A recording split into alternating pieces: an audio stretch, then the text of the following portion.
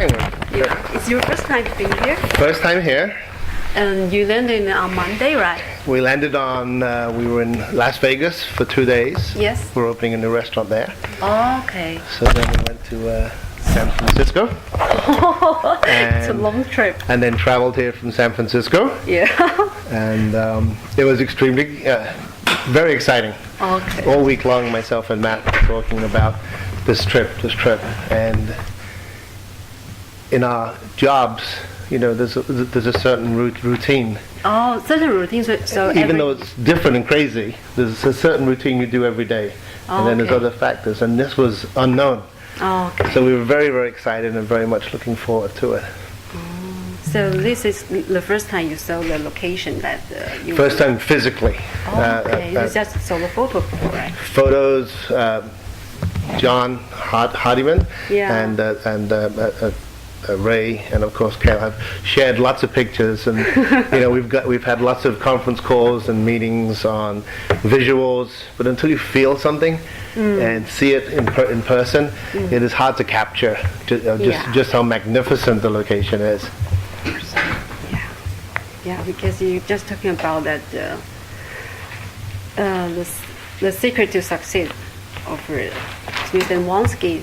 It's the best qualities meat and the best of hospitality. Yes, but can you more specific to interpret what kind of hospitality? Hospitality. It's a tough word. Hospitality. Yeah. What kind of that other restaurant can imitate? Very sincere. I think the most important aspect of hospitality isn't training. It's hiring. Okay. We look at someone's resume, which is always respectful, and then I put it aside. Why? Tell me about your most favorite romantic vacation, your most favorite dining experience. And if you can tell me that with the same passion, then you can describe something from our menu with the same passion. And it's inside you. It's energetic, it's honest, it's real. And that's how we interview people. I can teach anybody how to open a bottle of wine. I can teach anybody how to cook a steak. I can't teach you to care about being a bartender, a manager, a cook, or a waiter or waitress. I can't teach you hospitality. Because that's either inside you or it's not inside you. I can help you bring it out. And that's true confidence. That's true training. So interviewing is the single most important thing. So when people interview for the job, he or she have to tell you a excellent story, right? You went on vacation with your mom and dad, and you were in the Greek Isles. And one night the sun was going down, and you had a nice bottle of wine, and they tell it with such passion, you can vision it. Okay, now tell me about the ribeye steak with the same passion. And if they can explain that with the same way, we are 80% there. Yes, I heard that your employee, they all worked for restaurant over maybe 30 years or 20 years. It's a very, very, very long time. How did you keep them? It's a challenge. Yeah. There's an old saying in our business: a CEO and a CFO are having a conversation, and the CEO says, "I need $100,000 to train the whole staff," and the CFO says, "What happens if we train them and they leave?" Yeah. And the CFO says, "What happens if we don't train them and they stay?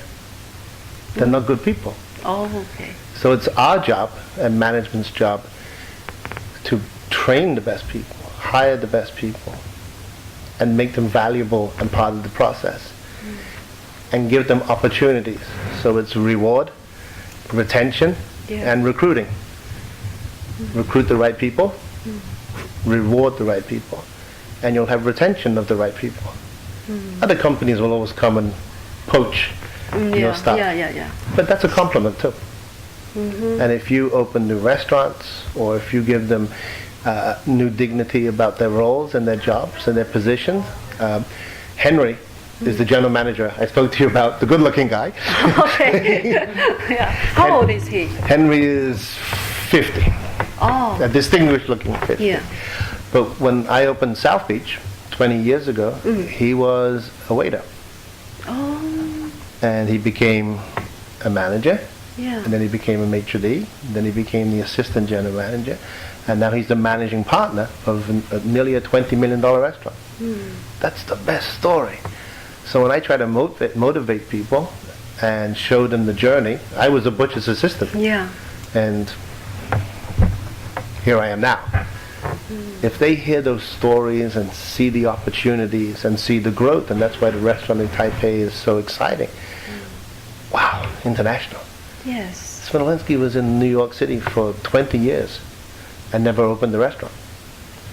And then the next year we opened 4 in 13 months. Oh, really? It was that's how I got my real start. I was the opening team general manager for all the restaurants. And people need opportunity. They need to go home to their husband, their wife, their boyfriend, their girlfriend and say, wow, look what happened today, but look at this opportunity they have. They want me to go and help open Taipei. That's very rewarding, and that's a wonderful compliment to the company. That's a wonderful compliment to the people that work in the company. I have a very strange accent, so if it It's doesn't okay. make sense. I know you're born in London, right? I was born in London. Yeah, because I saw the interview, the YouTube. Oh, sorry. Yeah, interview you. Yeah, they keep calling you just president. Yeah. It's easier that way. We're very simple people in our business. Oh, you mentioned in the interview that about the hospitality. Oh, it's a hard got word. it, hospitality. Hospitality, yeah. It's the secret to the restaurant succeed. You just do what